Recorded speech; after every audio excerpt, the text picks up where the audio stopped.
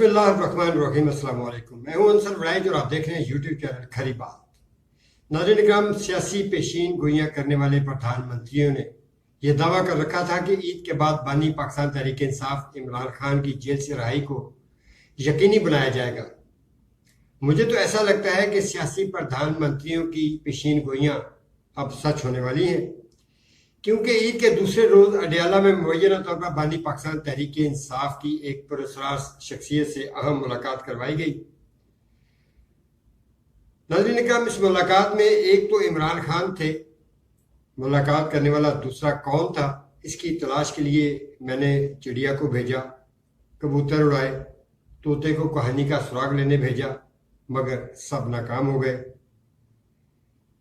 کام آئے تو وہ مرشد جو 100% دنیا دار ہے، چہرے پر داڑھی ہے، نہ ان کی زلفیں لمبی ہیں، مگر مرشد کبھی کبھار ایسی بات کر جاتے ہیں کہ صدیوں یاد رہتی ہے۔ ہر جگہ سے ناکامی کے بعد جب میں نے مرشد کا دروازہ کھٹکھٹایا تو جواب موصول ہو گیا، مگر ادھورا جواب ملا۔ عمران خان اور اہم شخصیات کی ملاقات میں ہونے والی گفتگو کا خلاصہ تو مل گیا، مگر ملاقاتی کا نام پتہ معلوم نہ ہو سکا۔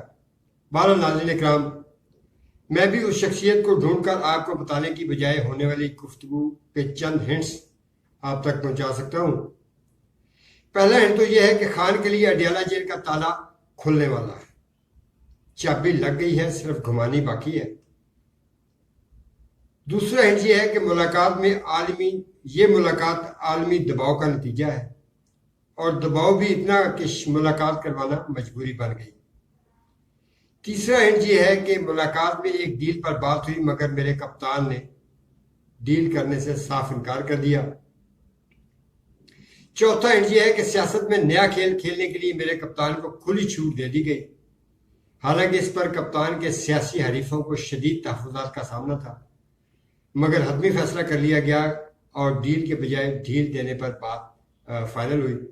ناظرین اکرام، پانچواں اور سب سے اہم ہنٹ یہ ہے کہ مبینہ طور پر متنازع انتخابات کے نتیجے میں آنے والی شہباز حکومت کو اگلے 6 ماہ میں گھر بھیج دیا جائے گا اور ایک نیا فری اینڈ فیئر قومی انتخاب کروایا جائے گا، جس میں پاکستان تحریک انصاف کا مکمل سپورٹ کرنے کی یقین دہانی کروائی گئی ہے۔ ناظرین اکرام، آپ مشتاق ہوں گے کہ اتنی اہم آفر دینے والی شخصیت کون ہے، تو میں پہلے بتا چکا ہوں کہ اس شخصیت کو تاحال بے نقاب نہیں کیا میرے مرشد نے، مگر ہنٹ، جی ہاں ناظرین اکرام، ایک دو ہنٹ ضرور دے دیتا ہوں۔ پہلا ہنٹ یہ ہے کہ ایک بوڑھے عالمی لیڈر کی ہدایت پر ملاقاتی اڈیالہ جیل پہنچا۔ ملاقاتی 3 غیر ملکی جھنڈوں کا مینڈیٹ لے کر اڈیالہ جیل آیا۔ بس ویورز، اب اس سے آگے آگ ہی آگ ہے، اور میں نہیں چاہتا کہ آگ میں کود کر خودکشی کر لوں، تو یہ ہنٹ یہاں تک ہی رہنے دیتا ہوں۔ تو اس لیے بات اب کرتے ہیں پاکستان مسلم لیگ نون اور پاکستان پیپلز پارٹی کے مابین حکومتی رشتہ داری کی۔ تو ناظرین اکرام، اس حوالے سے بڑی گرما گرم خبریں سامنے آ رہی ہیں۔ پہلی خبر تو یہ ہے کہ میاں نواز شریف اپنے بھائی وزیر اعظم شہباز شریف پر بڑے تپے ہوئے۔ وجہ یہ ہے کہ شہباز شریف نے صرف وزیر اعظم بننے کے لیے تمام آئینی عہدے پاکستان پیپلز پارٹی کے حوالے کر دیے اور آگے بڑھ بڑھ کر انہیں کامیاب بھی کرواتے رہے۔ دوسری وجہ یہ ہے کہ بلوچستان میں حکومت سازی کے عمل میں مولانا فضل الرحمان کو شامل کیوں نہیں کیا گیا۔ میاں نواز شریف کی شہباز شریف سے ناراضگی کی تیسری وجہ یہ ہے کہ وفاقی کابینہ میں ان کے دست راست اسحاق ڈار کو بیک فٹ پر کیوں رکھا جا رہا ہے۔ بہرحال ناظرین اکرام، پاکستان پیپلز پارٹی اور پاکستان مسلم لیگ نون کی یہ رشتہ داری جو 8 فروری 2024 کے انتخابات کے بعد بنائی گئی تھی، زیادہ دیر چلتی نظر نہیں آتی، کیونکہ صدر مملکت آصف زرداری اس وقت اسٹیبلشمنٹ کے بہت زیادہ قریب ہیں، بلکہ بہت ہی قریب ہیں۔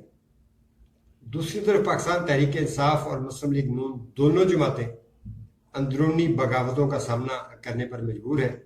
جہاں پاکستان تحریک انصاف کے سرگرم لیڈر پاکستان تحریک انصاف کی موجودہ قیادت پر تنقید کے تیر برسا رہے ہیں، وہاں پاکستان مسلم لیگ نون کے بھی باغی خاموش ہو کر بیک فٹ پر رہنے کو ترجیح نہیں دے رہے، بلکہ مختلف ٹاک شوز پر پریس کانفرنسز کے ذریعے اپنے جو قائدین ہیں ان پر کھل کر تنقید کر رہے ہیں، جس کی وجہ سے پریشانی کا پسینہ عمران خان اور میاں نواز شریف دونوں کی پیشانیوں پر واضح نظر آ رہا ہے۔